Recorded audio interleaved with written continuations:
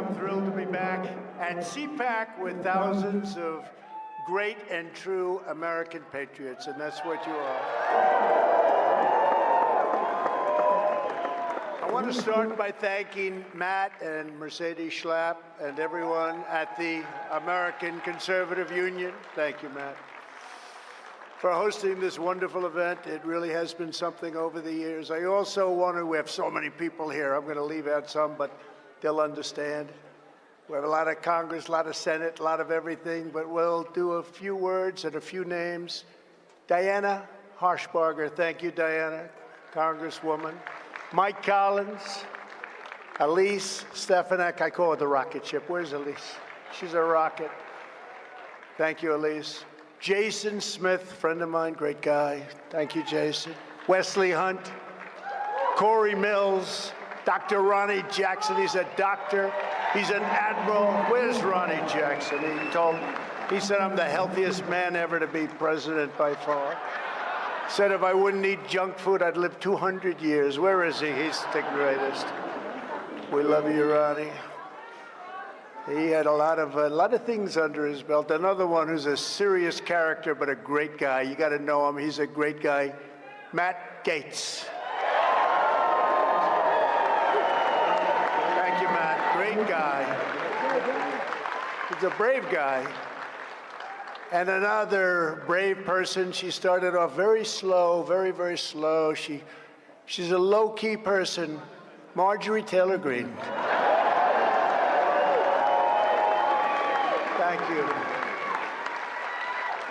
Thank you, Marjorie. A good location, Marjorie. A friend of mine, a man who's terrific, almost won for governor of New York, could have done it, but so many people have moved out of New York, it gets tougher. But he's a terrific guy, great lawyer, too, and he's a strong guy. You know, he stopped somebody coming at him with a knife. I don't know.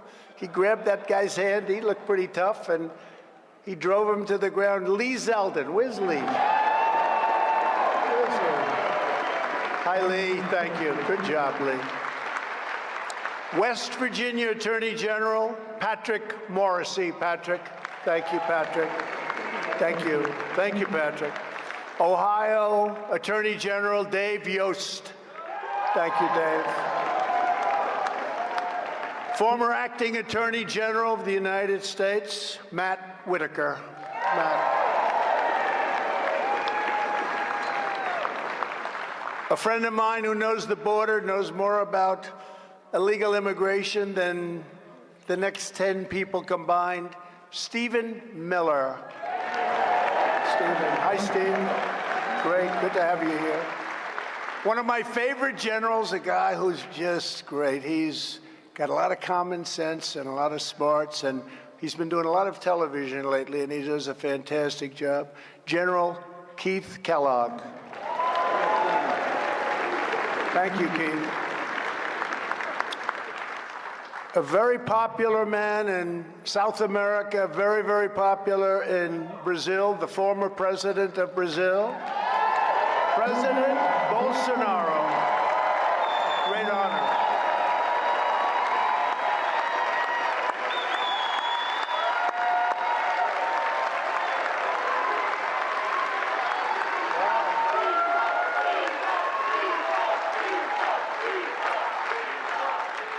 I don't know, you beat all these U.S. politicians. That's pretty good. And his son, who's a friend of mine, Brazilian Chamber of Deputies, Eduardo Bolsonaro. Hi, Eduardo. Great job you're doing. Just got reelected. And somebody that we really like in this room, I think. I certainly like him a lot. He had a lot of courage. Very smart guy. James O'Keefe. Where's James?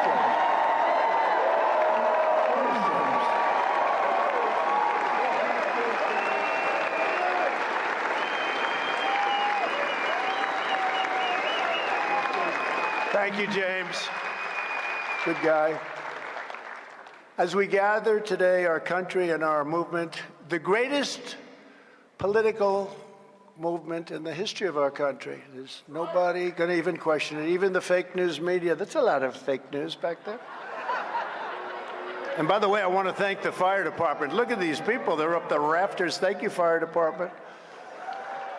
But the greatest in our history, most important battle in our lives is taking place right now as we speak. For 7 years, you and I have been engaged in an epic struggle to rescue our country from the people who hate it and want to absolutely destroy it. The sinister forces trying to kill America have done everything they can to stop me, to silence you, and to turn this nation into a socialist dumping ground for criminals, junkies, Marxists, thugs, radicals, and dangerous refugees that no other country wants. No other country wants them. If those opposing us succeed, our once beautiful USA will be a failed country that no one will even recognize, a lawless, open borders, crime-ridden, filthy communist nightmare. That's what it's going, and that's where it's going. I used to say that we will never be a socialist country. I said it oftentimes.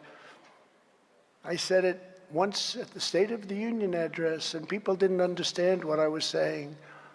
But I'd shout it out loud, and I was right, because that train has passed the station long ago of socialism. It never even came close to stopping, frankly. We're now in a Marxism state of mind, a communism state of mind, which is far worse. We're a nation in decline. Our enemies are desperate to stop us because they know that we are the only ones who can stop them. They know that. This room, so important, the people in this room. They know that we can defeat them. They know that we will defeat them, but they're not coming after me. They're coming after you, and I'm just standing in their way. That's all I'm doing. I'm standing in their way. And that's why I'm here today. That's why I'm standing before you, because we are going to finish what we started. We started something that was a miracle. We're going to complete the mission. We're going to see this battle through to ultimate victory. We're going to make America great again.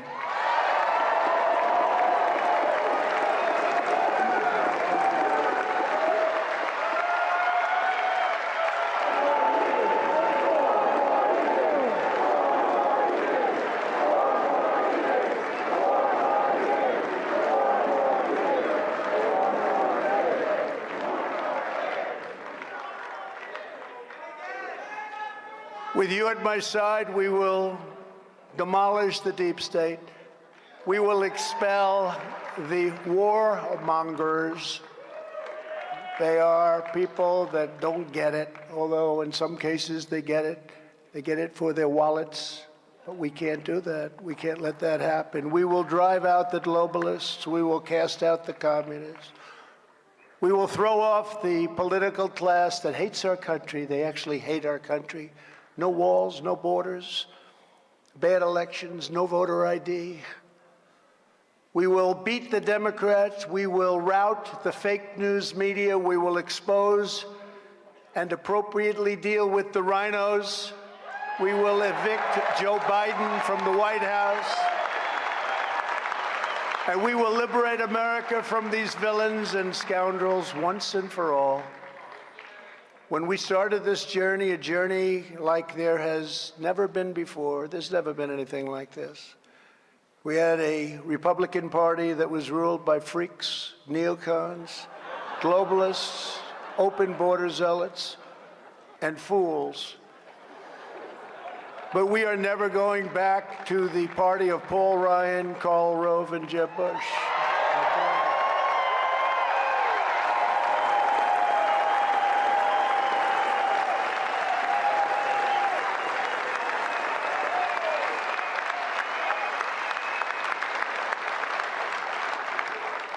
We're not going back to people that want to destroy our great social security system, even some in our own party. I wonder who that might be, that want to raise the minimum age of Social Security to 70, 75, or even 80 in some cases. and that are out to cut Medicare to a level that it will no longer be recognizable. And when that was their original thought, that's what they always come back to. Remember that. You have to remember that. You heard it here first. We are never going back to a party that wants to give unlimited money to fight foreign wars that are endless wars, that are stupid wars. But at the same time demands that we cut veterans' benefits and retirement benefits at home. Our soldiers will no longer live in the streets of our city. We have cities where our soldiers, our great soldiers, are living on concrete. They're living on asphalt. We will take care of our soldiers. There has never been a time like this. Illegal immigrants come in, and we house them in the Waldorf Astoria and many other of the greatest hotels anywhere in the world. But our soldiers, we do nothing for them. They sleep out at night and they freeze. They freeze in the cold and they die in the heat. While people that came into our country illegally are in beautiful hotel suites, perhaps watching us on television right now. We were taking care of our soldiers just a short while ago, but we don't do that anymore. But we'll start doing it again. Our soldiers are very special to us. When a wonderful town in Ohio has difficulty, we are going to take care of that town, that city, that village, prior to worrying about the rest of the world. We're taking care of the problems of the rest of the world that they're not taking care of themselves. They have us put up the money. You know what I'm talking about. If you look at Ukraine, and we all feel so badly about it, but why isn't NATO putting up dollar for dollar with us? We put up $140 billion, and they put up just a tiny fraction of that. And, you know, we all want to see success, but it's far more important to them than it is to us because of that location. We are never going to be a country ruled by entrenched political dynasties in both parties, rotten special interests, China-loving politicians, of which there are many. You listening to this, Mitch McConnell? Are you listening?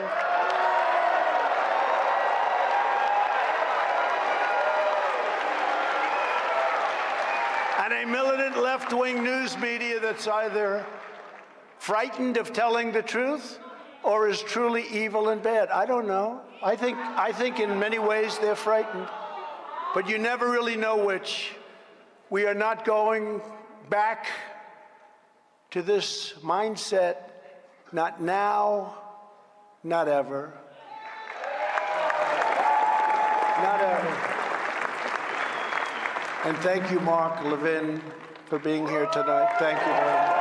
And Julie. Thank you. Thank you, Mark. Very important voice. Stay healthy, Mark. We can't lose you. Just stay healthy. Stay healthy, Mark. We're not going to lose you.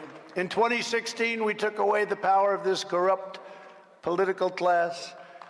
And we did more in 4 years than any administration in the history of our country. If you look at what we did. We shut down the illegal foreign invasion at our borders and achieved the most secure border in U.S. history. We deported illegal criminal aliens by the tens of thousands.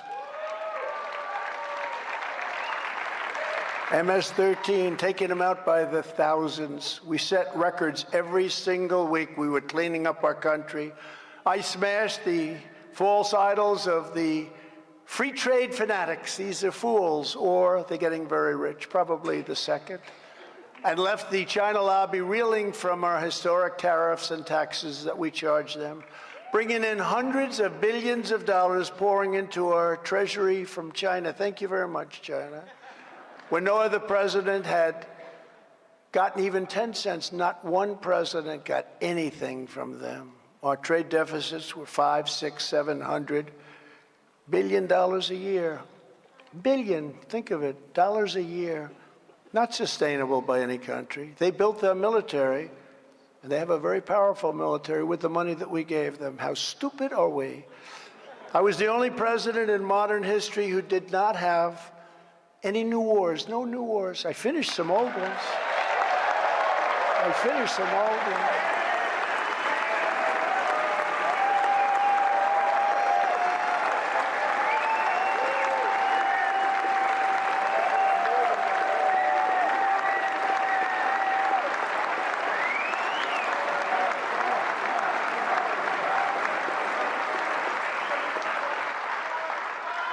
Remember when the Democrats and my Republican opponents would often look at me during the debates or whatever, and they'd say, no, he's going to bring us into World War III because it's a personality type. They said I had the personality. No, I had the personality type that kept us out of wars because people knew that they weren't going to mess around with it.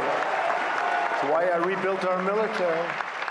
We were strong, we were safe, and I told delinquent foreign nations, they were delinquent, they weren't paying their bills, that if they wanted our protection, they had to pay up, and they had to pay up now. And they did. They paid $450 billion as soon as I said, no, I won't be protecting you if you don't pay. We truly had a policy of peace through strength. This was a serious, powerful policy, and we didn't have to lose our loved ones fighting wars in countries that nobody's ever heard of. I stood firm against the forces of anarchy and decay. I arrested the Marxists who toppled statues of our great heroes in Washington, D.C. We arrested them.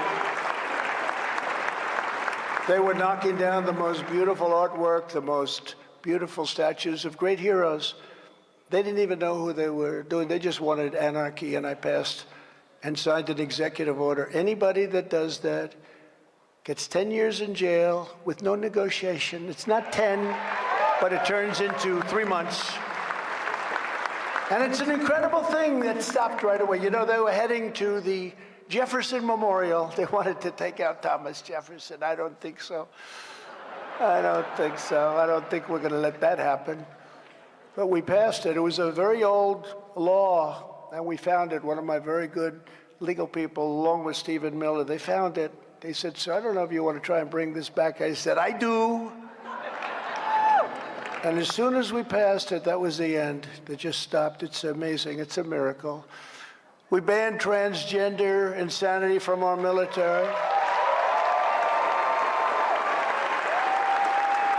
And signed the world's first ban on critical race theory long before anybody had even heard of the term. It was all banned. Everything was good. When Biden came back in, this guy came in and he put everything right back in place where it was. We were paying these people hundreds of thousands of dollars a year in salary, among our highest paid people, to teach all of this nonsense to our military yet. But it was all out, it was all done. There's only one president in history who has ever taken on the entire corrupt establishment in Washington. And when we win in 2024, we will do it again, even stronger, faster, and better, because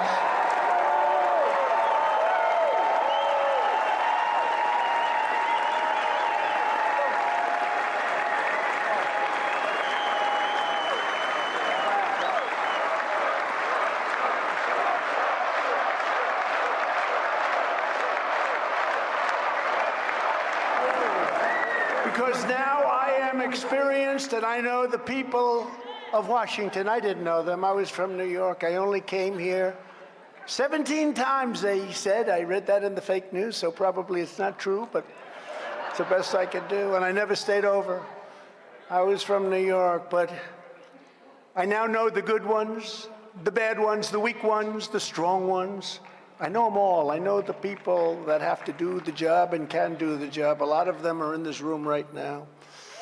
And as I did for 4 incredible years, I will put America first every single time, every single day.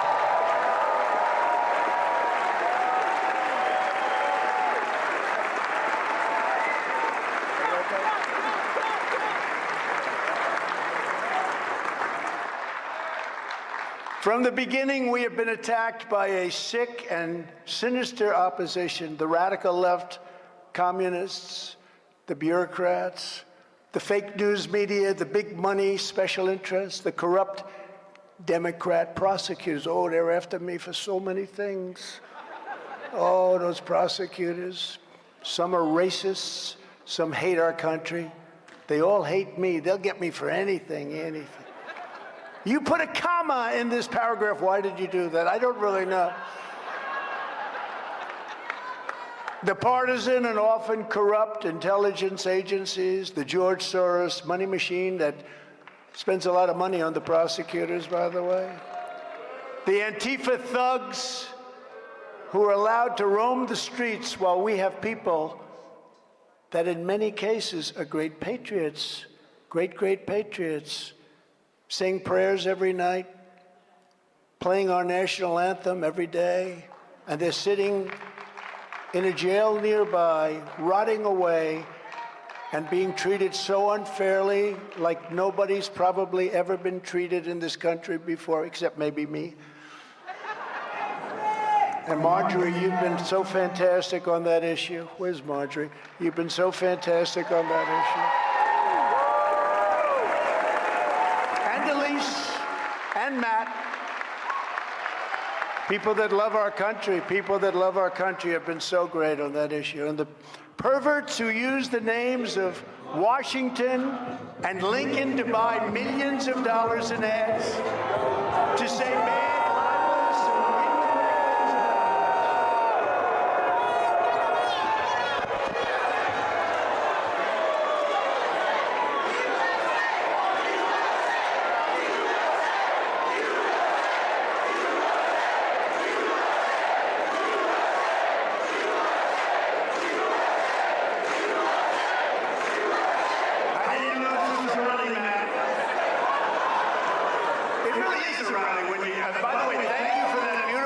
straw poll. That was a big win. Thank you.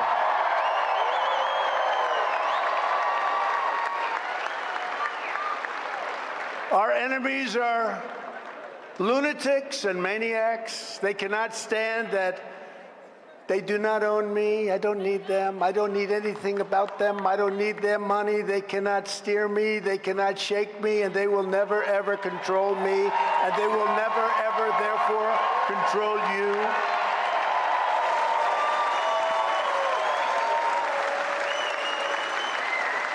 At the end of the day, anyone else will be intimidated, bought off, blackmailed, or ripped to shreds.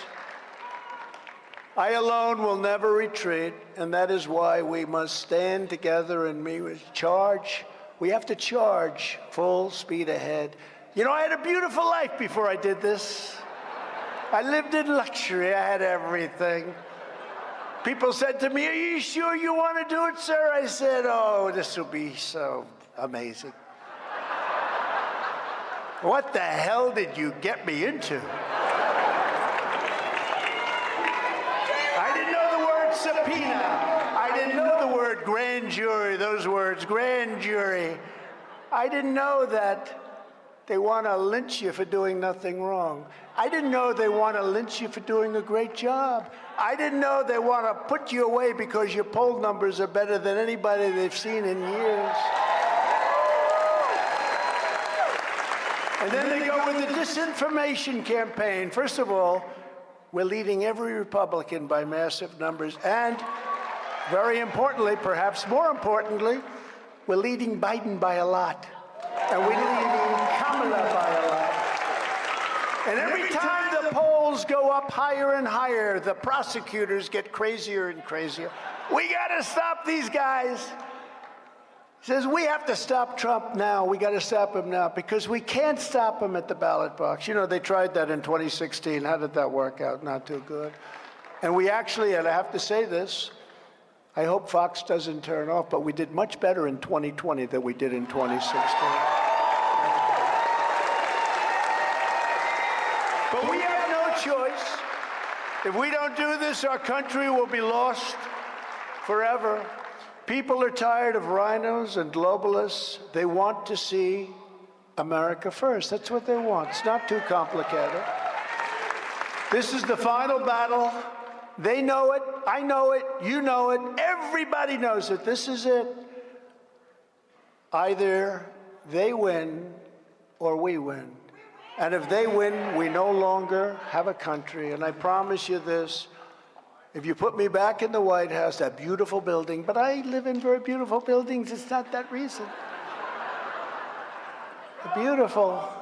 That building wasn't the easiest building to live in with what I was put through. And you know, I get a lot of credit. A lot of people say, how do you do it, sir? I had a man come up to me the other day, one of the toughest, strongest people that you can imagine. You all know his name, big businessman, a lot of money, a lot of success, tough as hell.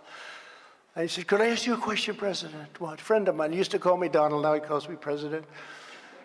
Could I ask you a question, President? What? How do you do it? How do you do it?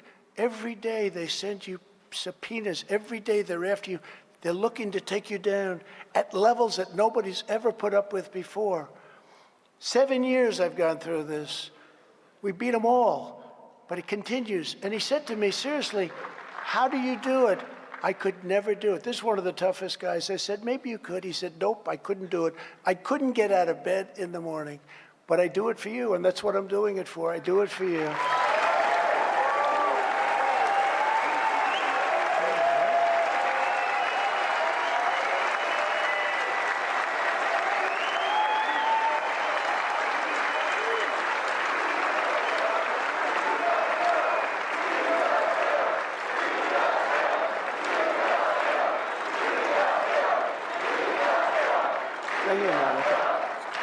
Thank you very much.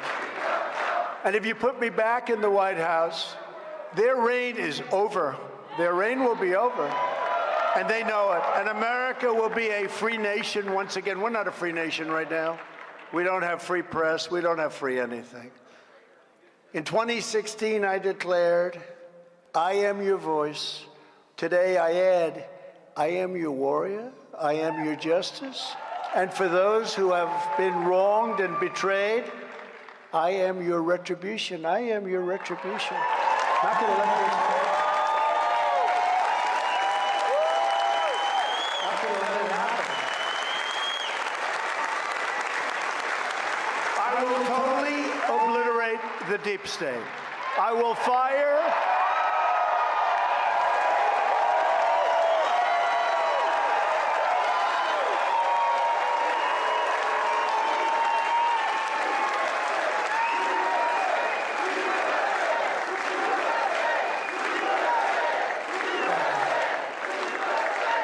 I will fire the unelected bureaucrats and shadow forces who have weaponized our justice system like it has never been weaponized before. It's sick. These are sick people.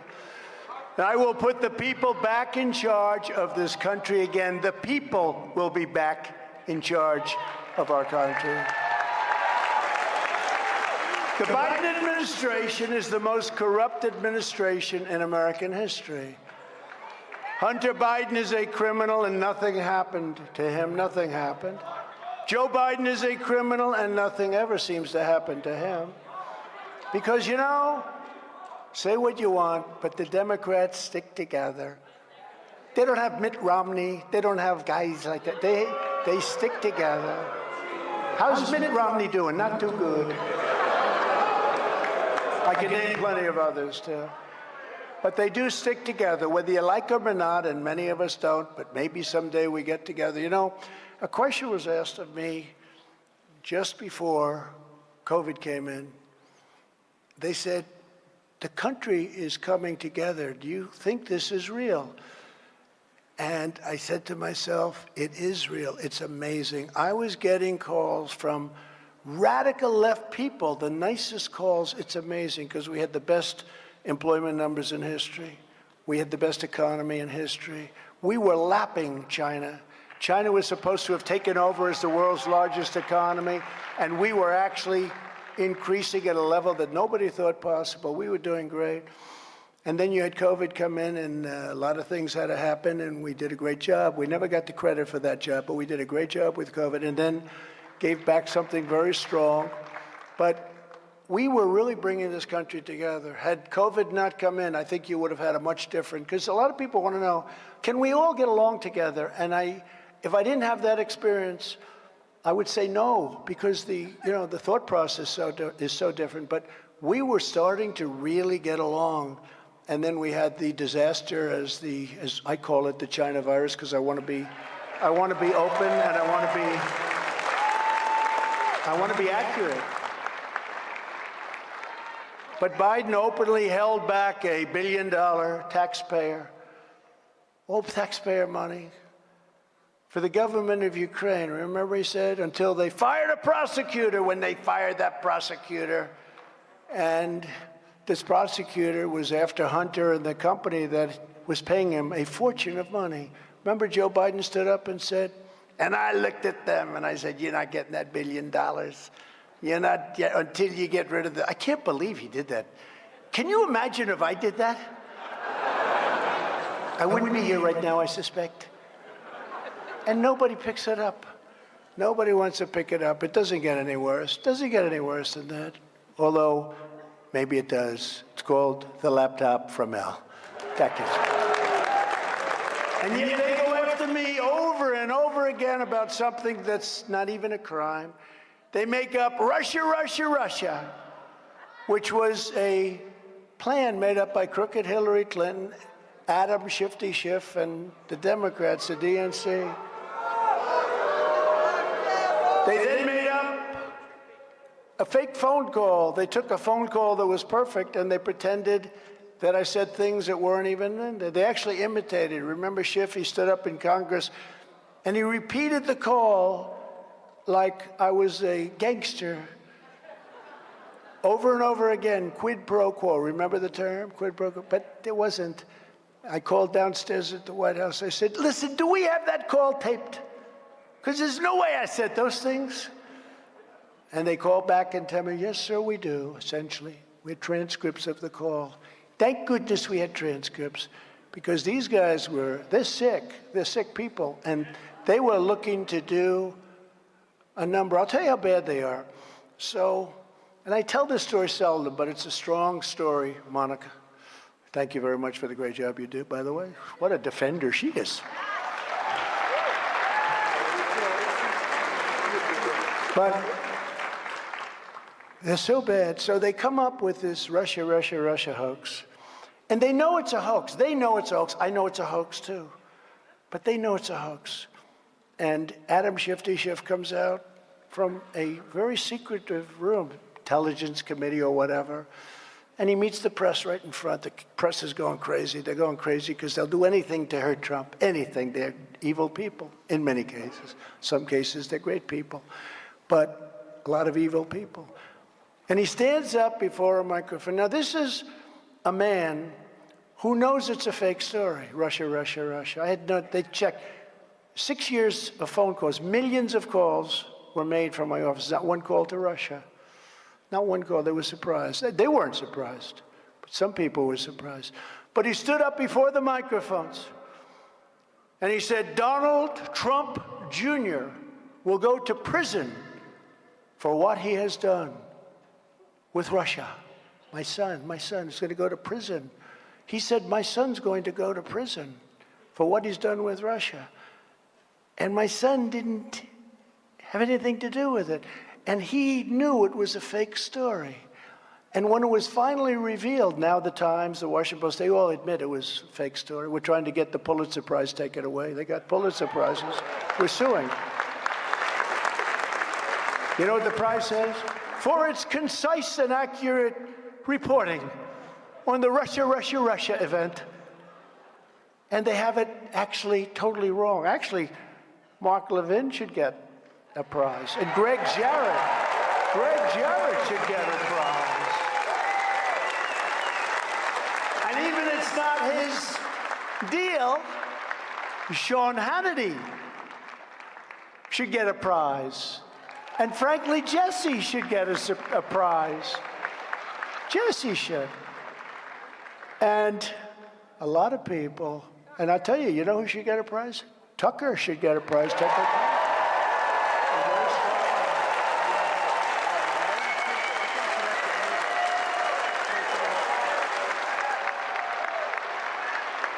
Now, we have numerous writers that should get it, but the ones that got it were the New York Times, certain reporters from the New York Times, and certain reporters from the Washington Post. They got the Pulitzer Prize, and they were exactly wrong. And now they've even admitted that it was a hoax. It was a total hoax, and they got the prize. But how bad is a person that stands before a big gaggle of press, and they just can't get enough, and says that my son is going to prison for something that he knows was a hoax? Only a really bad person would do that. But they then came in with Ukraine, Ukraine, Ukraine, the Mueller hoax. How did Mueller present himself at the hearings? It wasn't too pretty. But you know what? I'll say this, at least they came to the right conclusion. Because I was concerned they'd come to the conclusion. I think we have prosecutors now, they don't give a damn if you're guilty. They're looking at me in Atlanta on a perfect phone call. I said, even more perfect than my perfect call to Ukraine. That was a perfect call. This is even more perfect. By the way, where's Hunter? Where is Hunter? Remember? Where's Hunter? Will there ever be a time when Joe Biden says, this thing with Hunter just isn't working out well? I'm starting to get a little angry at Hunter. Or when Hunter comes to him and says, Dad, we have a problem. What? What is it, son? Another one? Oh, son, you're a disaster, son. Son, you're a disaster. Dad, we have a problem. I left my laptop at the repair shop. And Joe looks at him and says, what's on it, son? What's on it? And Hunter looks back and he says, every single crime that you've ever committed, Dad.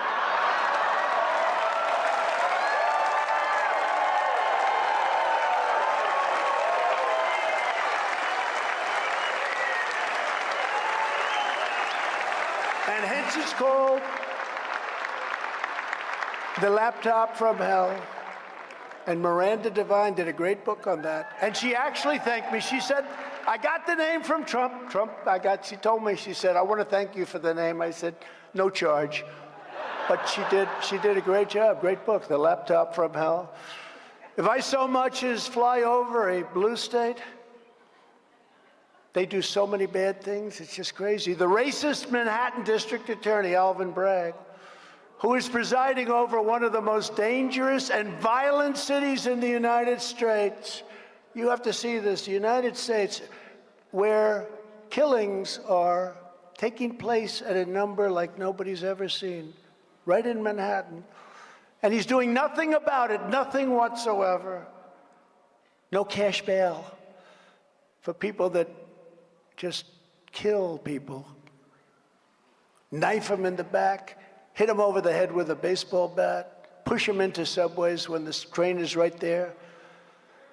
But this racist DA is being pushed by radical left Democrats, the fake news media, and the Department of Injustice to bring charges against me for now ancient no-affair story of Stormy Horseface Daniels. No attraction. No affair, I call it no affair.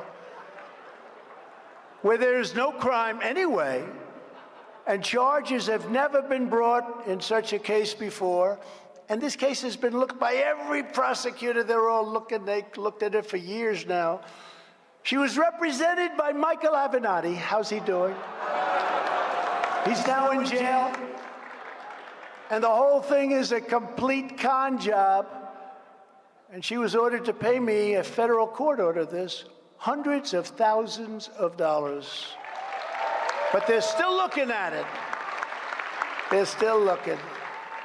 And all they do is they cause anger and problems for our country because our people aren't going to take this stuff. It never ends. In the meantime, Hunter and Joe Biden skate. You know, they skate. They go away free. What's going on with that? I mean, that laptop is a disaster. Has anyone read this thing? How can it be possible? They're looking in Delaware. How's he doing? He's not the same guy that I have for the document hoax. I have a man, he's a total animal, known to be. And he's looking. In the meantime, Biden's guy that's looking. Don't forget, I had a very strong privilege as president. I was able to do things that he wasn't able to do as vice president and wasn't able to do as a senator. The Senate, even the Senate, they can't believe it. The Senate cannot believe it. But when you look at what happened, they're not even looking at him. They haven't even started. Congress and various radical left Democrat prosecutors, in an effort to stop me, go to the Supreme Court twice. They went twice, and the Supreme Court, in a moment of total weakness, gives them everything they want in order to try and prosecute Trump, everything. Thank you very much, Supreme Court. I appreciate it. But they found nothing. They looked at 11 million pages of documents. It's a big company. It's a great company. Remember my taxes? We're after his taxes. 5 years I heard about my taxes. They came out about 2 months ago. Everyone said, wow, it's a great company he built. That's great. That's the end of it. No, right? And you know, I had the biggest and most prestigious, one of them at least, law firms, accounting firms, doing all this stuff. I don't do it. They do it. You rely on these people. They do it. But I didn't hear one word. And how stupid am I telling you this story right now? Because now we got to find something in there. He made a typographical error. There's a revolution going on within the FBI because they don't want to be doing what they're being told to do because they know right from wrong. I'm talking about the people that work in the FBI. And they like me and they like you a lot. So many of them. A recent article in the Washington Post, of all papers, stated very succinctly that many did not want to raid Mar-a-Lago. They didn't want the agents. They said, that's terrible. But they were forced to do so by their Marxist radical left leadership. And it drove my popularity numbers through the roof. Who would think this? I got impeached and I went up 11 points. It's not supposed to work like that. Mark, when Nixon got impeached, it went down, right? It was a spiral down. He couldn't stop it. I got impeached, we went up. But the FBI people, they didn't want to do this. To those in the FBI that are with us, I want to thank you very much. I really do. I want to thank you. Stay strong. Stay strong. Help is coming. Then there's the racist DA from Atlanta, whose city is among the most violent and dangerous places per capita in the country. More murders than even Chicago per capita. It's totally out of control, and yet she has her kangaroo court focused on a perfect phone call that I made, while her jury foreman, a rather bizarre young woman, is going around doing media interviews and saying exactly what's going on in this one of many grand juries. Our opponents do anything they can to hurt me politically because they're afraid of me and they're afraid of you. That's what it is. But it's not supposed to work that way. The disinformation people say they are great at disinformation. The one we want to run against is Trump. Do you ever hear that? Oh, we want to run against Trump. Even though I'm leading every one of these guys, and even though I won the second election, okay, I won it by a lot. You know, when they say Biden won, the smart people know that, didn't they? But right now we're way up. But they say, oh, we want to run against Trump. They always say that. They say that about everybody. When they have somebody that they don't want to run against, a governor or senator, they say, we want to run against, because it's like demeaning. You know, in other words, like you're supposed to be a schlemiel that, I mean, I got 75 million votes. I got more votes than any sitting president in history the second time. And we really did. We did a much better job than we did in 2016. 2020, we did better than 2016. But they say, we want to run against Trump. In the meantime, they're spending hundreds of millions of dollars trying to find just a single word, a sentence, anything to prosecute Trump because they don't want to run against me. That's what they say. We want to run against Trump. We'll do anything to run against Trump. They have the greatest line of bullshit of any group of people I've ever seen. Want to run against Trump.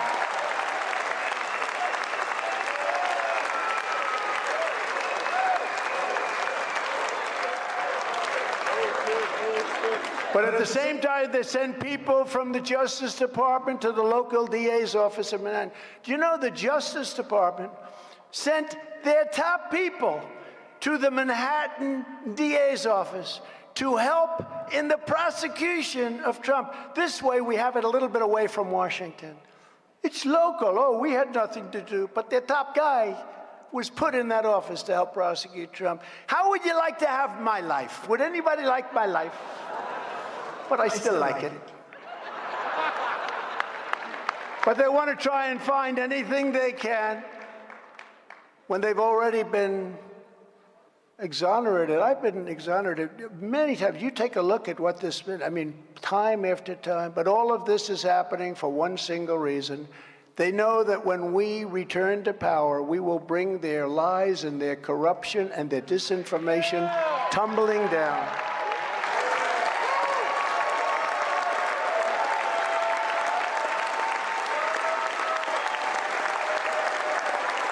Our getting back in the White House is their worst nightmare, but it is our country's only hope. It's our only hope. If we don't get back, now this country can't take it. Even the 2 years, and now fortunately it's less than that. It's hard to believe it's less. You used to say 4 years. A lot of people said, well, sir, the election was so bad. You'll be in 1 year. A lot of people in this room, you'll be back in 6 weeks, sir. But it's a bad system in many ways, very bad, very dangerous system. But nobody else can do it but us. In recent weeks, I've been laying out a bold, detailed agenda for how we're going to complete this mission in our next term. I do weekly statements, and people are liking them. Today, I want to go through some of our big plans that I will do as the 47th President of the United States.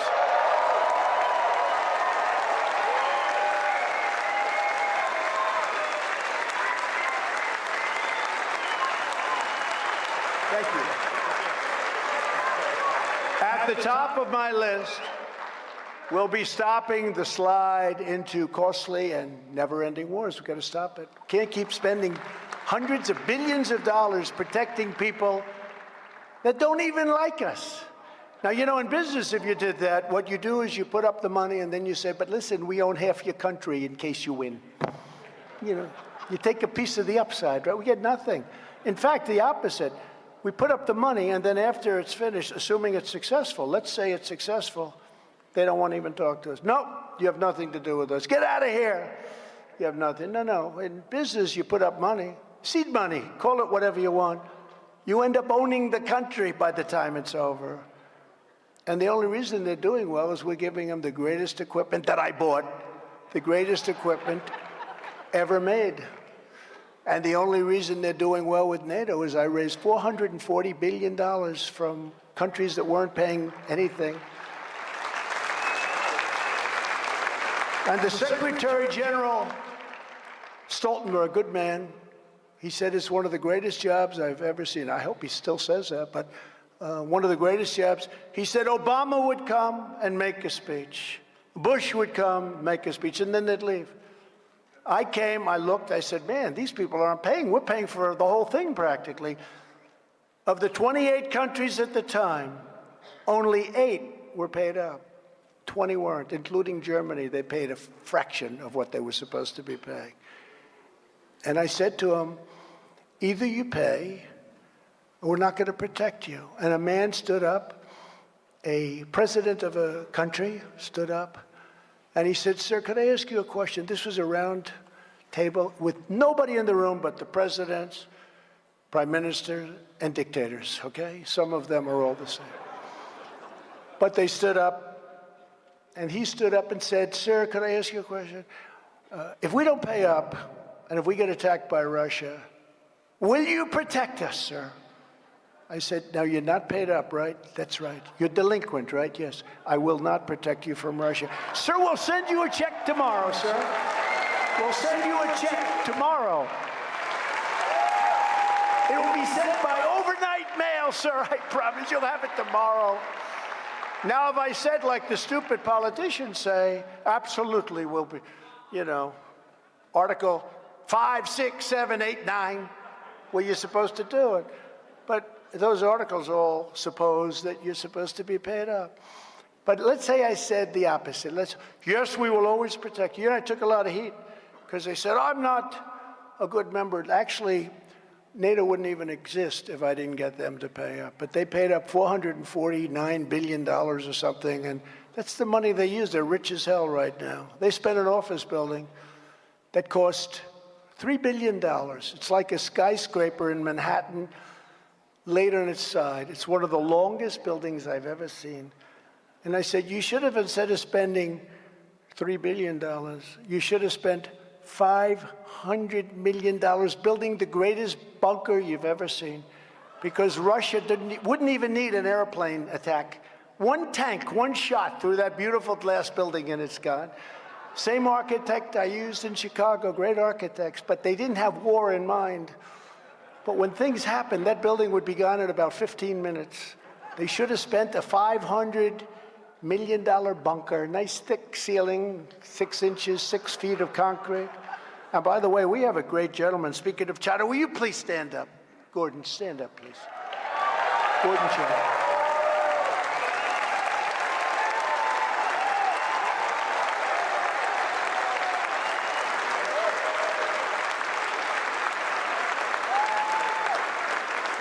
You know, I'm talking a lot about China, and I'm looking over, I'm saying him, and I'm just studying his face as I'm speaking, because people do like me to go off script a little bit, right? It's a little bit more risky, but it's more exciting. And I'm looking at Gordon, and I'm saying, you know, I hope he agrees with what I'm saying, but basically I'm saying exactly what you say. They're not out for our good, are they? They're not out for our good. And nobody ever taxed them like I did, and nobody ever took any money in like I did. 440 billion. We took in so much money from China. It's so incredible. So it's an honor to have you here. Really, it is. I agree with almost everything you say.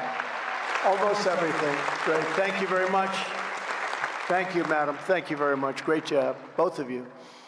I was the only president in decades that didn't have a war, but I completed wars that were already started, including defeating 100% of the ISIS caliphate. 100%.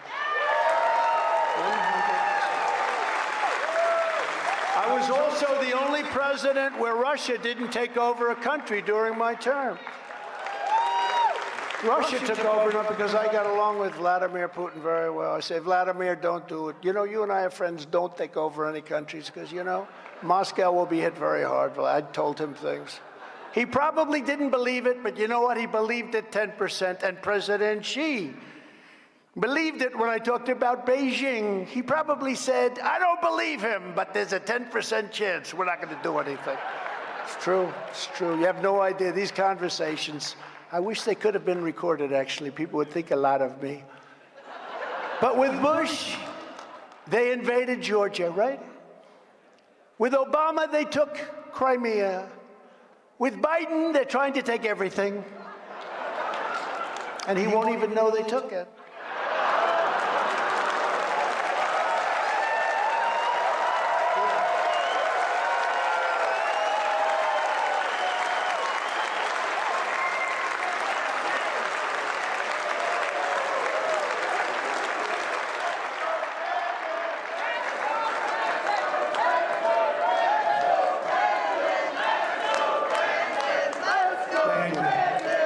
And with me, they took nothing. Nothing. And I didn't really even have to threaten them very much. They understood me very well. I wanted them to understand me very well. They knew that they couldn't do it. Putin knew that. President Xi knew it too. Likewise, China now has its eyes strongly focused on Taiwan, and we could soon have a nuclear-armed Iran. That's the saddest thing of all, though, when we talk about Iran. That's the saddest thing when you see, I had them in a box. I said to China, you can't buy any oil from Iran. They said, no, we have to buy. We buy millions of barrels a year. And I said, you can't buy, you have to buy from somebody else. No, we'll buy. I said, good. We're not going to do any more trading with China. We're going cold turkey. We will promise you not to buy from Iran. Okay, that was the end of that. You know, that was a conversation I had. I said, if you buy from Iran any oil, we're not going to do any business, or if for some reason we do, we're going to put 100% tariff on every single thing that you sell into the United States. And they didn't buy any oil, and nobody was buying oil, and they were in a position, had the election not turned out the way it did, they were in a position where they were going to give us everything. We were going to make a great deal. But now they're rich again. China is buying unlimited amounts of oil from Iran, unlimited amounts, and other places. And we've done something else that's terrible. From the time I'm a young man, I learned never allow Russia and China to get together, to wed. Never, ever allow it. And we've not only allowed it, we've made them bosom buddies. We've made them, we forced them together. And you can add another group in there, a nuclear-armed Iran. So the three of them are now together. That should have never been allowed to happen, would have never happened with me. And it was all over oil, our stupid oil policy. We're not going to drill. We have more oil in the United States than any country in the world, including Saudi Arabia. People don't realize it. In Alaska, I approved a site. We all know what the site is. Probably the biggest in the world. And the Democrats said, no, it's over. They turned it down. Ronald Reagan tried to do it. Every president, Republican, and some Democrats tried to do it. They couldn't get it done. I got it done. And the first day in office, the Secretary of the Interior for Biden signed off on it, where they're going to not allow it to happen. Bigger, probably, than Saudi Arabia. And if we had that, without even my talking to Putin, oil would have been at $40, $35, maybe $30 a barrel. So he wouldn't have even had the money to prosecute a war against Ukraine. He wouldn't have done it anyway, and that's not even what I'm saying from previous, but he wouldn't have had the money even if he wanted to.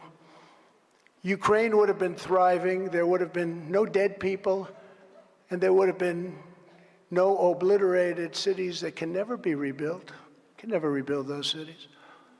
Russia never would have pulled the trigger. This is the most dangerous time in the history of our country, and Joe Biden is leading us into oblivion. He's leading us into oblivion. You know, we all smile when he falls downstairs and things. It's cute. When he falls off his bicycle, isn't this good? You know what amazed me? That the reporters didn't catch him when the bike was going down. They're standing right next to him. They let him fall. It's amazing. I'm surprised. But when he makes statements that are so bad, when he gets out of Afghanistan and takes the soldiers, takes the soldiers out first. And you know, in Afghanistan, for 18 months, I had a talk with Abdul, who was the leader of Afghanistan. I said, Abdul, I got a lot of criticism. Remember when I was talking to him, everyone said, oh, he's talking to the leader of the Taliban. That's right, because our soldiers were being killed, a lot of them by snipers.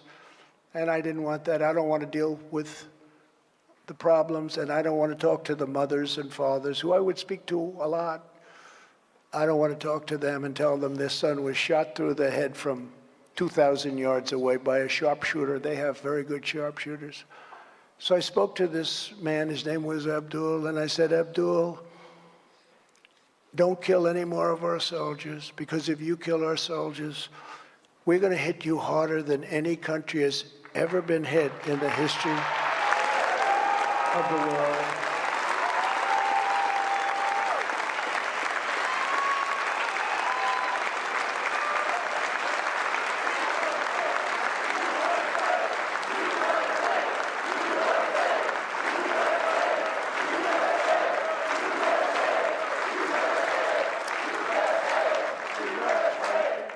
And he called me Your Excellency. He was, you know, I got along, and he's still there. He's still the leader of the Taliban, but now he's got $85 billion worth of our equipment that I bought.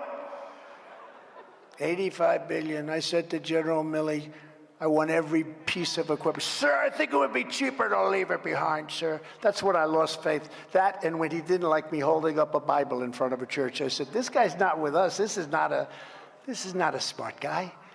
But he didn't like it. I said, I want every single, because I was getting out of, but I would have kept Bagram, because Bagram's 1 hour away from where China, forget about Afghanistan, where China makes its nuclear weapons. 1 hour away. The biggest, most powerful runways in the world. We built it many years ago for tens of billions of dollars. And we gave it away one night. We just left the lights on. We did leave the dogs behind. Everyone says, oh, did they take the dogs? Because they're dog lovers, right? No, we left the dogs behind. And the Taliban doesn't like dogs, by the way, not at all. But we left in disgrace. It was the most embarrassing moment in the history of our country, in my opinion. And it probably is what caused Putin to say, wow, Trump is gone. This is a great time to take over Ukraine, right? It's probably a reason that happened. But I stand here today, and I'm the only candidate who can make this promise. I will prevent, and very easily, World War III, very easily.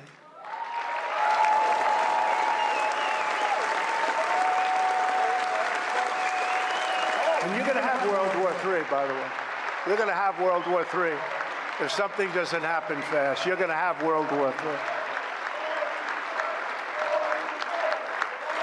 And by the way, just to conclude that little story, when Abdul heard me say that, he said, Your Excellency, thank you so much for telling me that. He said, but why? I thought it was a very interesting play on words. I've never heard it. I use it now sometimes myself. I liked it.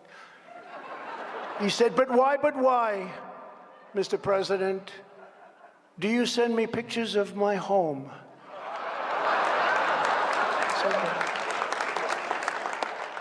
I said, you'll have to ask your wives that question. And we didn't have, Mark will tell you this, we didn't have one soldier killed. In 18 months, not one soldier was killed. Not one soldier, right?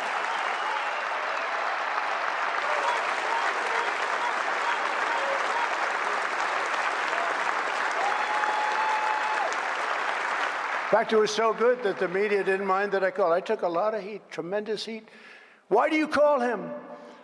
I said, well, you know, they asked Jesse James, the great bank robber from many years ago, why is it that you robbed banks? Why do you always go after banks? And he looked at him and he says, because that's where the money is. Well, I spoke to Abdul because that's where the problem was. But we won 18 months until that horrible day when we lost 13 soldiers.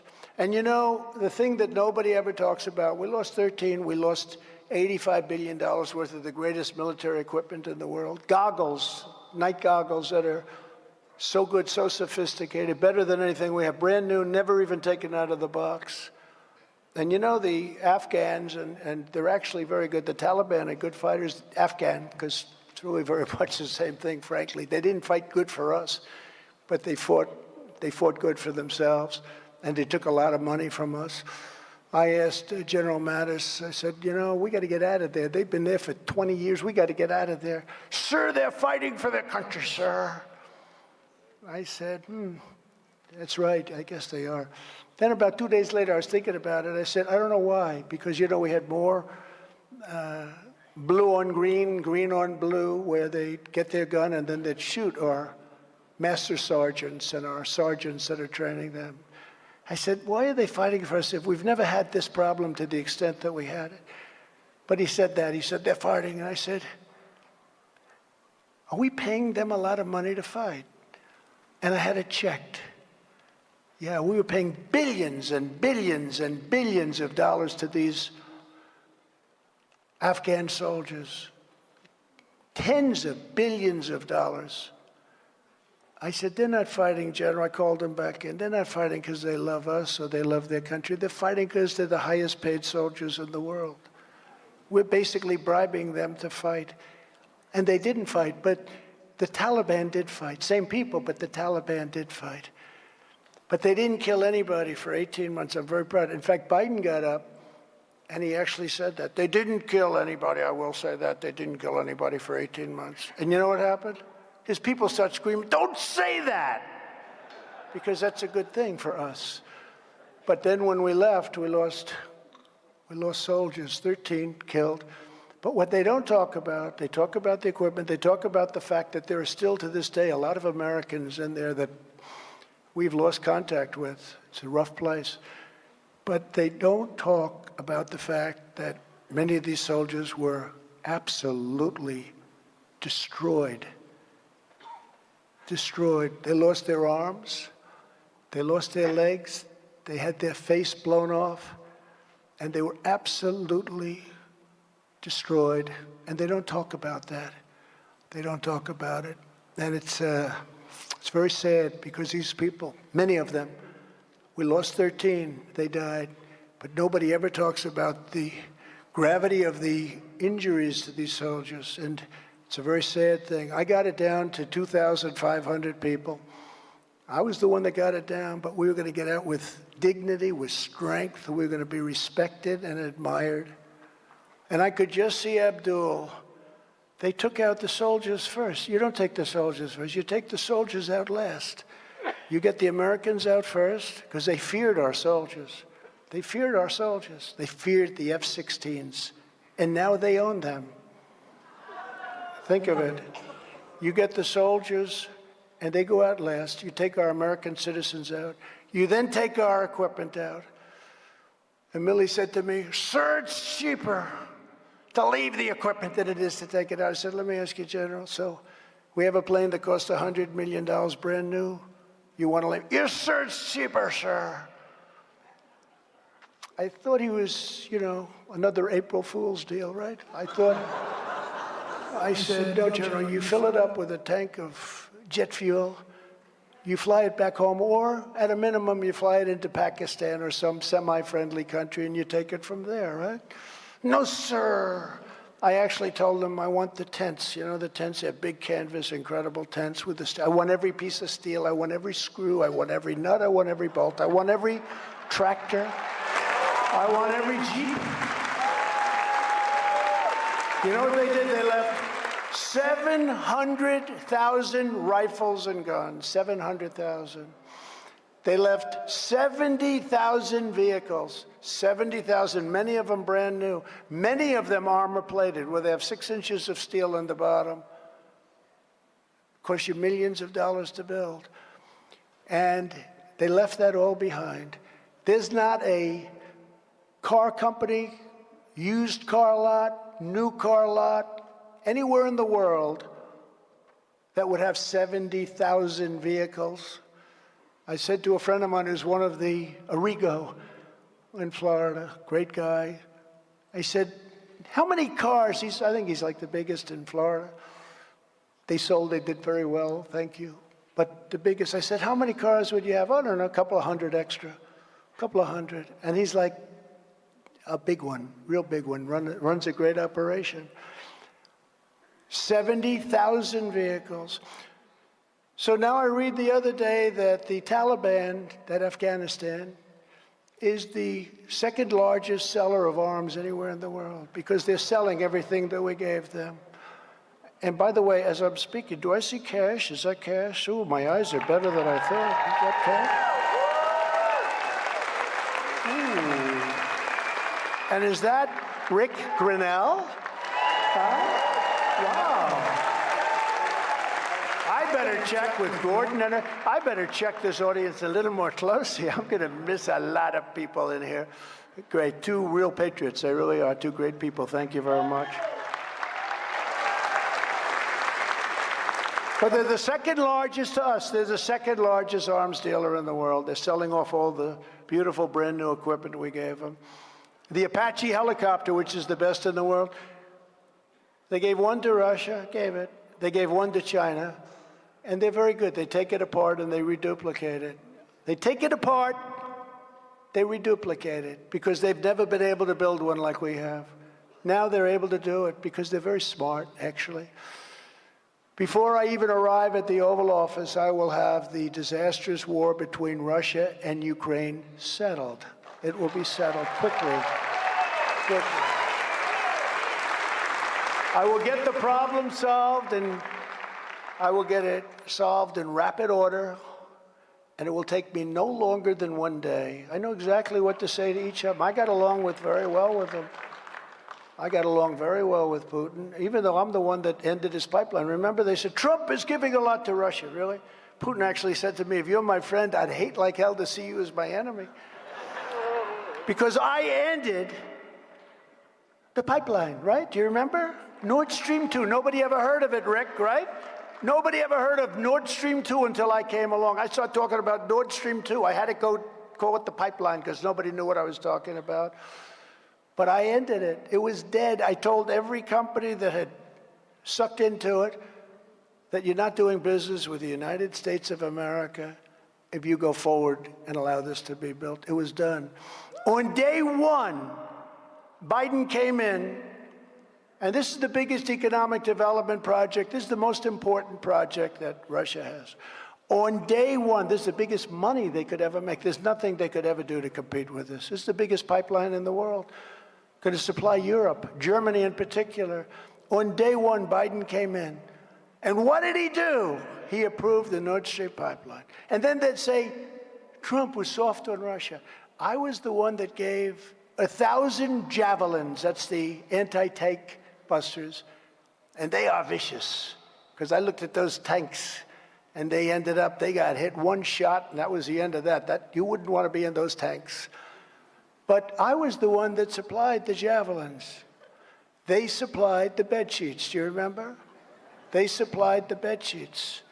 And maybe even some pillows from Mike, who's sitting right over here. Where the hell is Mike? Did you send some pillows over there? Maybe. But they supplied the bed sheets, they called it. We supplied the sheets. They didn't want to get involved. I gave the javelins. And then they say Trump was weak on Russia. Disinformation. Again, it's disinformation, right? That's all they're good at. Cheating on elections and disinformation. Instead of spending hundreds of billions of dollars to defend the borders of distant foreign countries, under my leadership, we will defend our borders first.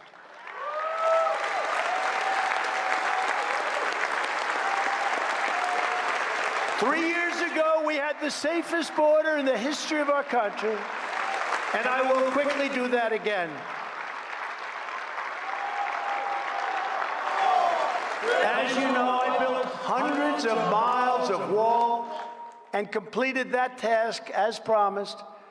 And then I began to add even more in areas that seemed to be allowing a lot of people to come in. So we're going to do another 200 miles of wall. And it could have been done and completed in 3 weeks, but the Biden administration said they weren't going to do it.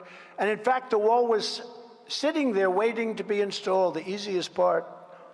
And Biden, they took it away so that Texas and Arizona couldn't use it. Texas and Arizona said, could we use that wall? We'll finish it right up. And they said no. And they actually took it away and they hid it. They put it in a hiding area, which, of course, was revealed pretty quickly. All you have to do is send a couple of helicopters up. But they wouldn't let them use it. Under my leadership, we will seal it up and expand that wall till we have total control. But we did a great job in the wall, remember, with Paul Ryan and Mitch McConnell. Yeah, we'll give it to you next year. I said, nope, give it to me this year. Well, sir, if you approve this budget, we'll give it to you next year. I said, all right, that's okay. So I waited, then they didn't give it, you know. And yet Mitch McConnell approves $5.5 trillion for Green New Deal garbage. It's a disgrace. But I took it from the military because I considered it an invasion. So, Marjorie, I said, you know what I'm going to do? I'm going to take it right out of the military because they're invading our country. And I got it built, and we did a great job. We did it quickly, and we used the Army Corps of Engineers. They were fantastic. Before Biden came into office, we had illegal immigration at a record low. Refugees were at the lowest level in history. Human trafficking, women and children, was at the lowest in 30 years. And drug dealers were finding the U.S. border a very inhospitable place to be. It was very inhospitable. In my last year, less drugs came through the southern border than had been seen in many, many decades. We weren't playing games. Now we have complete chaos. Fentanyl is pouring in. Families are being wiped out, destroyed. And there's death everywhere, all caused by incompetence. Millions of illegal aliens are stampeding across our border. Interior enforcement has been shut down. Everyone is overstaying their visas. Nobody even thinks about reporting it anymore. My wonderful travel ban is gone. I had a travel ban. It was so wonderful. Refugee numbers are through the roof, and spies and terrorists are infiltrating our country totally unchecked like never before. When I'm back in the White House, the very first reconciliation bill I will sign will be for a massive increase in Border Patrol and a colossal increase in the number of ICE deportation officers.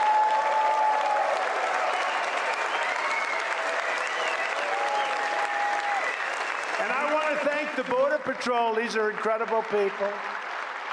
And I want to thank ICE, and in particular, I want to thank Brandon Judd, Border Patrol, and Tom Homan, Central Casting. He's Central Casting.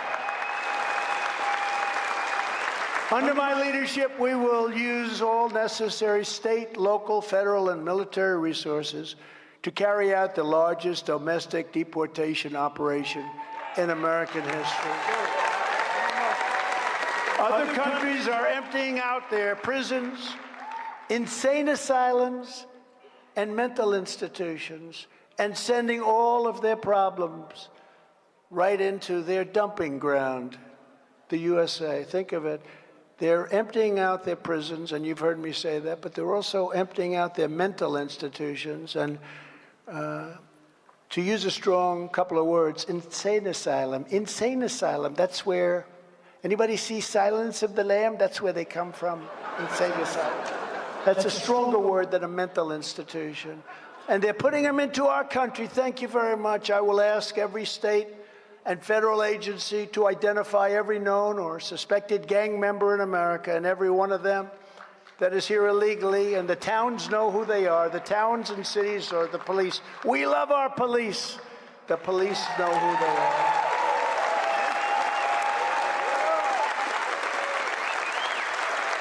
And we will pick them up, and we will throw them out of our country, and there will be no questions asked.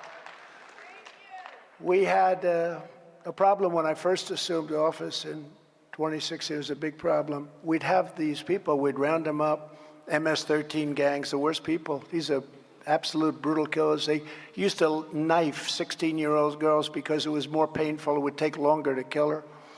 These are real animals. And Nancy Pelosi says, how dare you call them animals? These are human beings. I said, no, they're not. But these are real animals. And we couldn't get them back into their countries because the country was like, especially three. You take a look at Guatemala, El Salvador, Honduras in particular, and Mexico to an extent. You couldn't get them back in because they didn't want them. They sent them out in the first place. You know, they forced them into our country, just so you know. These are very smart people that run these places. They're very streetwise. So I said, what's the problem? Sir, we have thousands of people, but they won't allow us to land the planes. They won't allow the buses to cross the border. They won't allow them back in their country. I say, how much money do we pay to these various countries? Sir, we pay $750 million a year. I say, all right, inform the country that we're no longer paying any money. And if they ask why, you can tell them that. And yes, sir, we'll do that. So the following morning, almost simultaneously, early, about 8 o'clock, I got calls from all three at one time. In fact, I had to tell two of them, I'll call you back. Because they all came in right on time, Matt. Right on time, like you call on time. And what happens is they came in and they called. They said, sir, there must be a misunderstanding. We would love to have MS-13 back in our country. And we started dropping them off by the tens of thousands, and I still hadn't paid them back their money. I kept it. Figured, let's hold it as long as possible because they've been ripping us off long enough. To stop the flow of deadly drugs, it will be my policy to take down the cartels, just as I took down the ISIS caliphate that everybody said was impossible to do.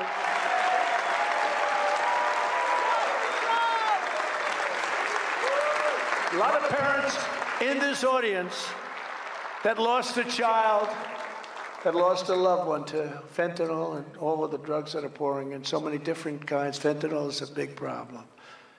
In fact, with the ISIS caliphate, a certain general said, it could only be done in 3 years, and probably it can't be done at all, sir.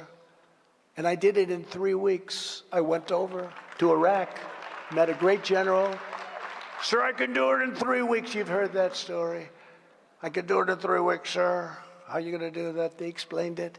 I did it in 3 weeks. I was told it couldn't be done at all, but it would take at least 3 years. Did it in 3 weeks. Knocked out 100% of the ISIS caliphate. We have a great military. The reason I say that, we have a great military. And I will direct the Department of Justice to go after Marxist prosecutors' offices to make them pay for their illegal race-based enforcement of the law. By the way, we have one of those great generals with us, General Kellogg. Where's General Kellogg? Is he around here someplace? Where is General Kellogg? He's the greatest. He's here. Thank you, General. Thank you. Thank you, General. And in cities where there's been a complete breakdown of public safety, I will send in federal assets, including the National Guard, until law and order is restored. You know, we're not supposed to do that. And one thing I think about a lot is when we had some difficulty in certain cities like Minneapolis and if you take a look at Portland, how's Portland doing? They don't even have storefronts anymore. Everything's 2x4s because they get burned down every week. They don't put new storefronts up. It's chaos. But when we had in Seattle, remember they took over a large portion. I was ready to send in the National Guard. They heard that. More than the National Guard. I was ready to go to town. And they heard that. And you know what they did? They said, we're going to break it up now. They left. But we saved Minneapolis. The thing is, we're not supposed to do that because it's up to the governor, the Democrat governor. They never want any help. They don't mind. It's almost like they don't mind to have their cities and states destroyed. There's something wrong with these people. All of us have seen too many videos of 13-year-old carjackers and 14-year-old hoodlums viciously beating their victims. I saw it just yesterday, a horrible situation. They kill people without retribution because they may be days short of the age required to put them away, put them in jail, and throw away the keys for a long time. My administration will crack down on these out-of-control monsters, young though they may be, and impose tough consequences on juvenile criminals. You know, criminals use young people. They actually hire young people, pay them some money, not a lot, because if they get caught, nothing's going to happen to them. That will end. I will end the scourge of homelessness taking over our cities and suburbs. I just drove through Washington, D.C., coming here for the first time in quite a while, and the roads and highways were littered with trash like I've never seen before. It looked like somebody just took their garbage and just threw it all over the highways, the Beltway. It's so disgraceful, so disgusting. I always made it a point as president when I saw the highways were dirty or that the homeless encampments were starting to form to take care of the problem immediately. I used to have people out here all the time sweeping highways, cleaning highways, hosing them down. It bothered me so much. I'm in the beast. I'm being driven back to the White House from some site, and I'd see this filthy, dirty highway with paper that hasn't been, you could see it's been laying there for months. And I'd have them cleaned up. I wouldn't even call the mayor because it was never going to get done with the mayor. Frankly, the federal government should take over control and management of Washington, D.C.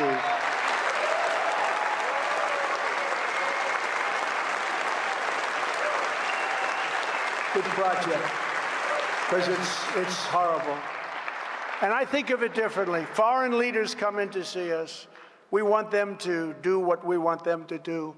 And they drive through these terrible, disgusting streets where their streets are much better maintained, much nicer. And they see camps and homeless all over our beautiful, once beautiful parks, all over. Hundreds and hundreds of tents. I used to have them taken down immediately. I'd see one or two or three. I said, do it fast, immediately. Then I'd check, and it was done. They'd never have time to do. Once they have 500, 600, 700 of these things up, it's a much more difficult thing. But you can do that too. Under our leadership, we will take the homeless, drug addicted, and severely deranged, get them off our streets, and create 10 cities where we will get them the help they so desperately need.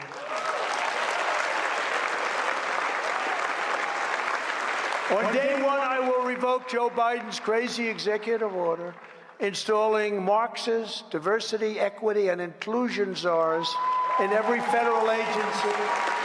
And I will immediately terminate all staffers hired to implement this horrible agenda.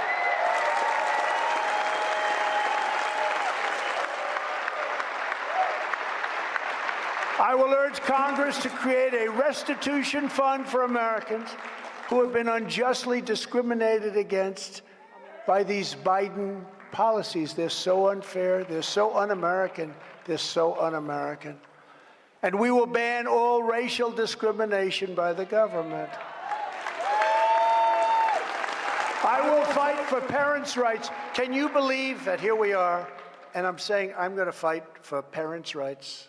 Who would think that you have to ever say parents' rights? Don't you think parents have pretty good rights, right? Who would think that you have to actually say it? But you do, because they took the rights away, including universal school choice and the direct election of school principals by the parents. We want the school principal to be appointed and elected by parents. And you'll get some good principals then. Who loves the children more than the parents? If any principal is not getting the job done, the parents should be able to fire that principal immediately and select someone new. Continuing the work of our 1776 Commission, we will teach our values and promote our history and our traditions to our children. We will, in other words, be proud of our country again.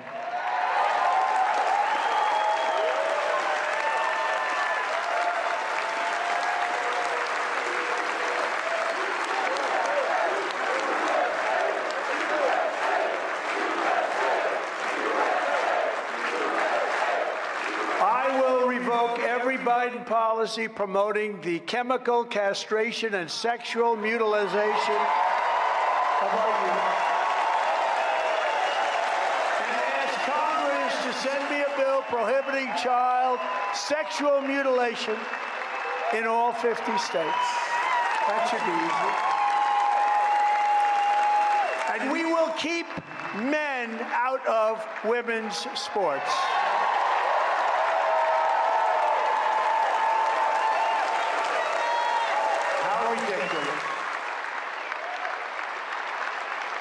That will take place on day one. I will destroy the illegal censorship regime and bring back free speech in America, because we do not have free speech. And I will stop Joe Biden's demolition of our economy with his crushing inflation and mass layoffs. We will take care of inflation very, very quickly. 4.9 million people have dropped out of the labor force since I was president. As the Trump administration's great Larry Kudlow, does everybody know Larry? As Larry Kudlow said, Biden is setting a record on economic regulations that are absolutely killing American companies. His spending and his borrowing are at record levels. It's causing historic inflation, sir, which is only going to get worse and worse. He just called me before I got it. I said, I don't want to say this, Larry. It's only going to get worse and worse. It's driving up interest rates, and new cars and homes are going to be impossible to buy. Amidst this economic disaster, Biden talks about saving you a few dollars on some junk fees. Don't mean anything. By defeating Joe Biden, I will save your economy, I will save your retirement accounts, and I will save your jobs. We had the greatest job history of any president ever. I will create a true national trade policy like the kind that made America the world's economic powerhouse. What we were doing prior to the dust coming in from China was nobody's ever seen that. There's never been anything like it. That period of 2.5 years there's never been anything like it. And I'll tell foreign nations where we spend billions of dollars on military protection that if American products do not receive preferential treatment in their markets, our military is packed up and leaving. With some countries I did that with, and usually it took a phone call and everything was just fine. Because economic security is national security, I will revoke China's most favored nation's trade status immediately on day one.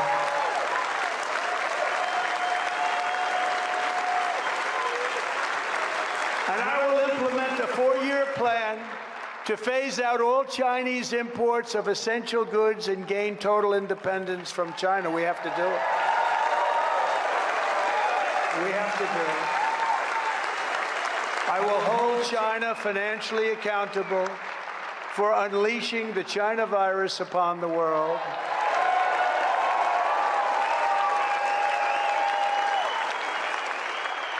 And I will again withdraw from the WHO, which stands for We Hide Outbreaks. We hide outbreaks. The United States was paying.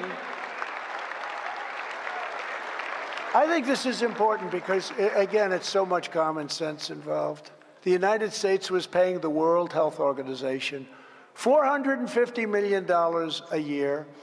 Now, in terms of money and the kind of trillions and trillions we're talking about, it's not that much, but it's still $450 million a year. And I took them out. That's what it was. The price was $450, and that's for 350 million people. China was paying $39 million a year for 1.4 billion people. Doesn't sound too right. And they had total control, by the way. We had no control. They literally own it. When I withdrew from the WHO, they offered me to stay in. Please don't leave. Please, please, please. For what China pays. They said, we'll bring it down to 39 million. I was actually close to doing this deal, if you want to know the truth, but I would have had it. You would have been angry at me. I said, I don't want to have CPAC angry at me. But I might have gone back in. But I could have done it for 39. I could have probably done it for less than that. But now Biden has gone back for the full price of $450 million. Now, all he has to do is read the newspapers. They were begging me to come back in for $39 million. So why would you pay $450 million? Do you understand that? Gordon, you understand that? How crazy. So China's in for 39. They're saying, you're right, it's unfair. It's unfair. We will do it for 39. We will take you back. The head man, you know who that is? We will take you back. Then I started to say, actually, it should be much less. It should be like 5 or 6 million, right? But I didn't want to go there. We will take you back for 39 million. You're right, President. I said, well, we'll think about it. We'll see what happens, but the offer will remain open, right? Yes, sir, yes, sir, yes, sir. They went back in for the original amount. It's so sad. And we have no control, by the way. China controls WHO. So that's what it does. WHO is totally controlled by China. We could have saved $400 million a year. It's a lot of money. And now they're asking for even more dictatorial power and more and more and more of our money, but they're getting nothing more from China. When we're dealing with the Biden administration, it seems that every single day is April Fool's Day. Every day. They want an open border so that anybody can come in, and everybody else wants it to be closed. It's April Fool's. We want an open border. That's April Fool's. We want Voter ID. They don't want voter ID. Who wouldn't want voter ID? 88% of the Democrats, except for the leadership, because they can't cheat with voter ID. But 88% of the Democrats want voter ID. But they don't want voter ID. It's April Fool's Day. They want to take the soldiers out of Afghanistan before we take our people and equipment out. But we want the soldiers to come out last. So then they blow it into a catastrophe, the most embarrassing event in the history of our country. It's April Fool's Day. They want all electric cars that don't go very far. I have a friend, he bought a car. He said, the car's wonderful, but you know, I go for an hour and a half and I got to put a charger and I can't find the charger. I'm going crazy. And also all the batteries and everything, the material comes all out of China. We have oil and gas, but we don't want the oil and gas cars. But we want everything, including electric cars, but we also want gasoline because the cars go longer and they're preferred by many people.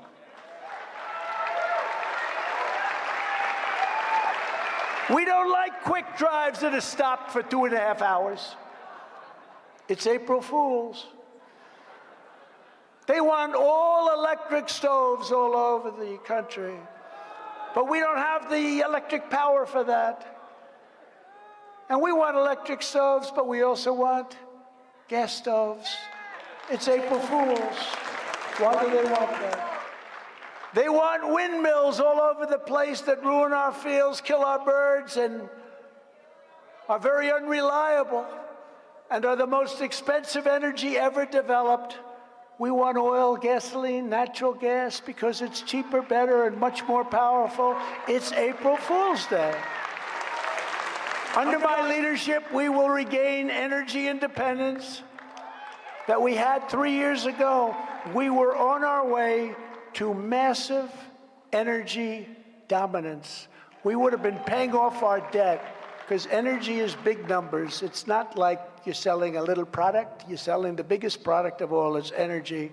We would have been paying off our debt. We would have been the strongest. You know, we're already bigger under my administration, bigger than Saudi Arabia or Russia.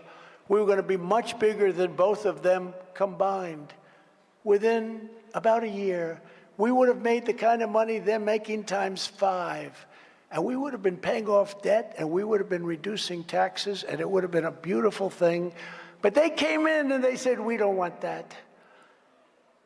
I will fight for a constitutional amendment to impose term limits on members of Congress.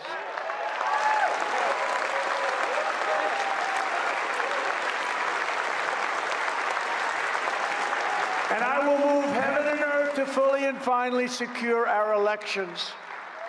All Republican governors should immediately go for paper ballots, one-day voting, and voter ID.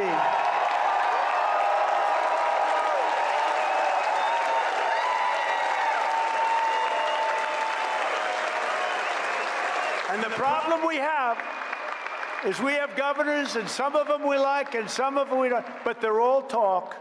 Think of it, they control the state. And we have a lot of governors.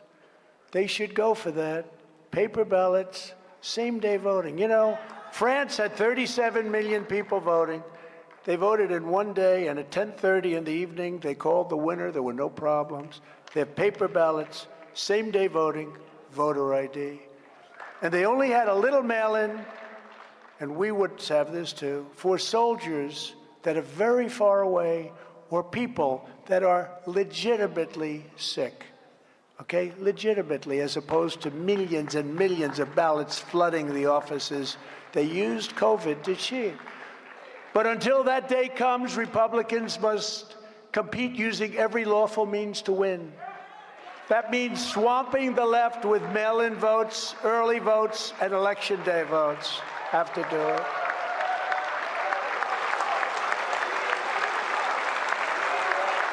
We have to change our thinking, because some bad things happened. You know, for some reason, Republicans like to vote on Election Day, right? The problem is you get there and they have so many already started. But worse, if you take a look at Kari Lake in Arizona, where they waited and waited, don't vote now, wait till Tuesday, wait till Tuesday, wait till Tuesday. And in the Republican areas, a tremendous percentage of the machines were broken and you couldn't vote. And they had lines that were a mile long all over the place, Republican areas, and they couldn't vote. They said, come back in 7 hours. But people can't do that. They have Little League, they have doctors. They might love Kari, they might love the Republican Party and everything we stand for, but they can't do that. And they were standing in the hot sun for hours and hours. And then they sent in mechanics to fix them. And when the mechanics left, they were far worse. And they lose those cases in courts because our judges have no courage to do what's right. They have no courage to do what's right. I can tell you that was the case in 2022, where we can't get rid of drop boxes. We need them in every church. What we have to do, we have to put our own drop boxes in.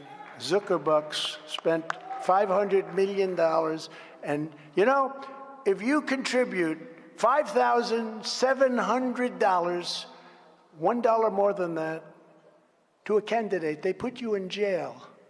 This guy gave $500 million for all of this crap that they were doing, shenanigans. They were handing out the money like it was candy, and that's fine.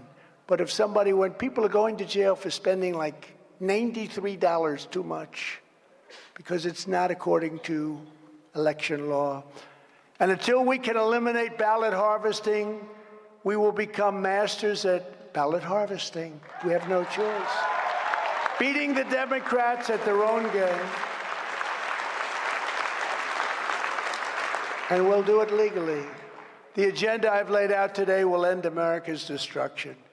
But it is not enough just to stop the forces tearing America down.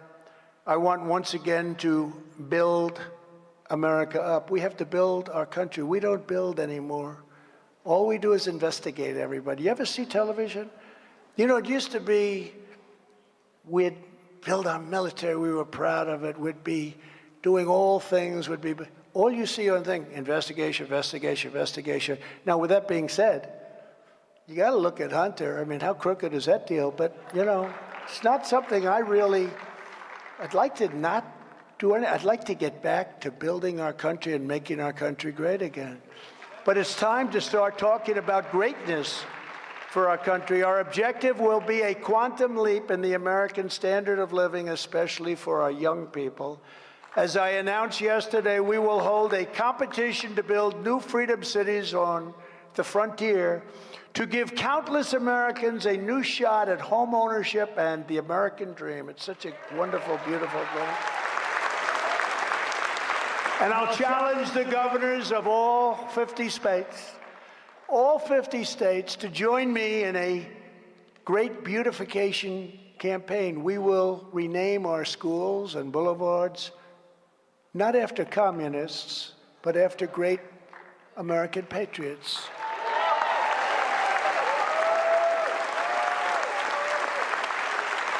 We will get rid of bad and ugly buildings and return to the magnificent classical style of Western civilization. We will support baby boomers, and we will support baby bonuses for a new baby boom. How does that sound? That sounds pretty. I want a baby boom.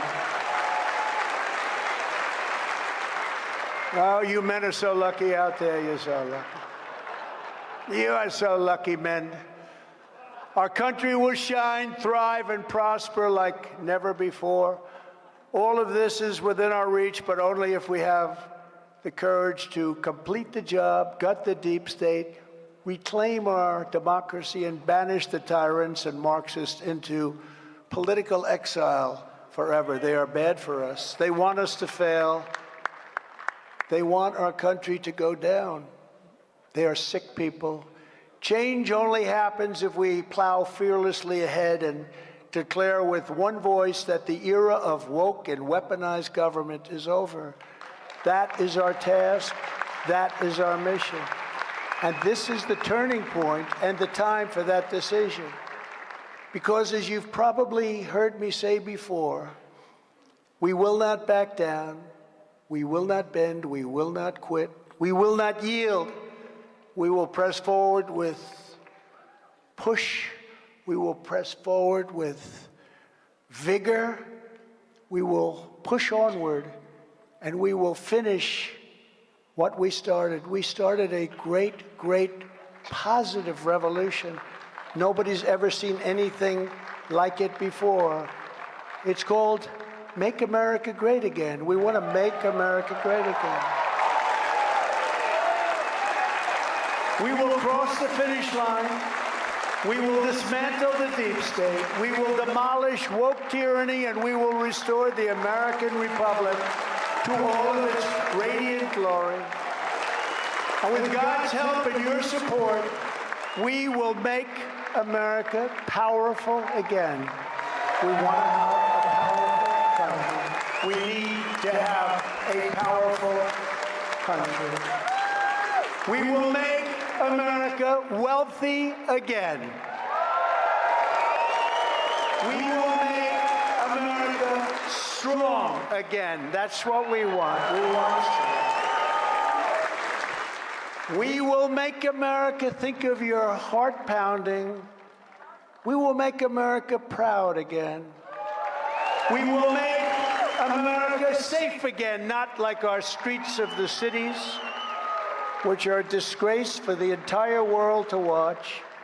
And we will make America great again. Thank you very much. Thank you very much. Thank you. Thank you, everybody.